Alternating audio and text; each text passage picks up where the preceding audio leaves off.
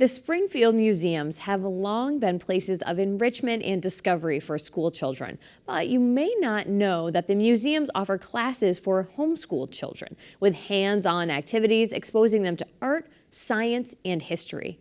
Carolee McGrath sat down with Jeanne Fontaine, the Springfield Museum school curator, and Adam Starr, a homeschooling dad, to learn more about the program.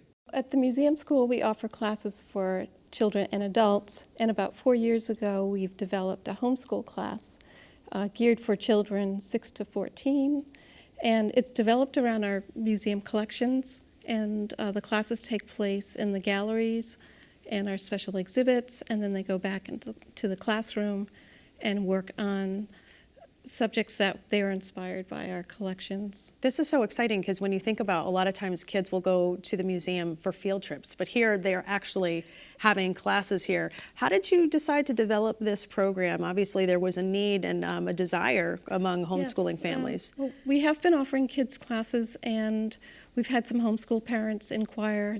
They were attending our classes on Saturdays, and we realized there was really a large demand, so we started out with 2 classes, and then it's grown to 3 classes, and it's been going strong for 4 years. And Adam, tell me a little bit about your experience with the museum and why you decided to go in this direction.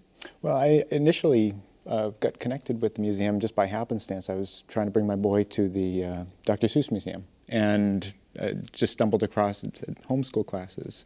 I've been homeschooling for about a year or so, and one of the difficulties with homeschooling is sometimes finding opportunities for social interaction with other kids, so any opportunity that you can have to get your kid out with other kids is a good thing. So we engaged right away, and it's really been a positive experience. We've been able to meet a lot of other homeschool families, and he's created a great social network, and he's had a lot of friends through that. So this also must really help as you're planning, your lessons for the week, right? Because you would know that he would have like certain classes at the museum, and then you would be concentrating on other areas of study? Well, the two for me personally don't necessarily connect very tightly. Sometimes if I know something's going to come up, I'll try to prepare him for that a little bit, but one of the great things about the museum program is it is sort of self-contained. It does its own thing. It's a great way of him just getting a variety of things that I'm not necessarily covering using resources that they have at the museum that I certainly don't have at home. And so what's the response been from families who have been involved in this? It's been terrific, and our kids are going. They've started out at maybe the 6-year-old level, and they've gone to the 10-year-old level. And we've added on a history class, we've added art class. We started out as strictly science, but right this semester we have a class called Museum Exploration, so we cover all the museums. For instance, last week they went to visit the Van Gogh for All exhibit, which is a really hands-on. They learned about Van Gogh and his art, and they went back to the classroom and created some artwork. And so we never run out of resources with our special exhibits. And so as a father who does homeschool, how is it challenging? Is it something that you find rewarding? I find it really rewarding when I see my boy able to excel in ways that I know wouldn't necessarily be fostered in the public school. It's difficult when you have 30 kids in a classroom to really cater to each one.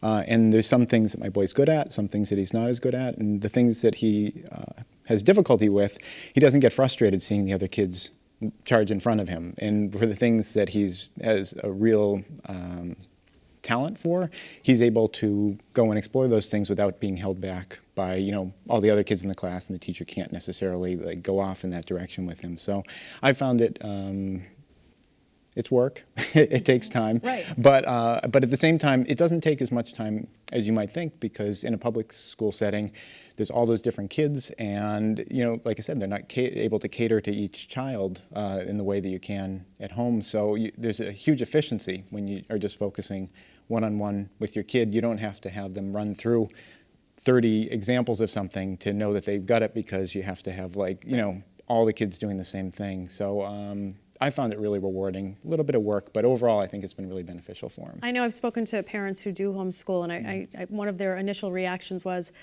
can I do this? Am I going to know how to do this? So you must be learning along with him. Again, certainly you're qualified to teach him, but there must be things that you're learning along the way or relearning as you're teaching. Well, my boy is 7, so I'm hoping that I'm ahead of him on the learning curve for most things. But I will say, and this is a good example of something that he's has talent at. He's really strong in mathematics. So he's been doing 4th grade mathematics, even though he would be more in 2nd grade. We've been able to go ahead with that.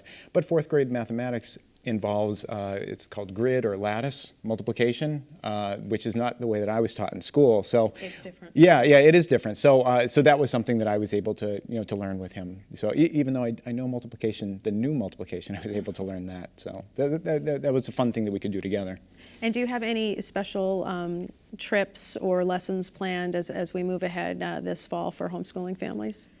Well, right now we're in the process of opening up a Smithsonian-affiliated Spark Lab, and that's going to be opening up in the coming months. And it really touches all the the STEM disciplines, science, technology, engineering, and math. So it's going to be an innovation space where everybody's an inventor. You're invited to go in and try different it's kind of like a tinkering station. And so that will be covering I'm excited about that one. the math. And it's really in the early stages right now.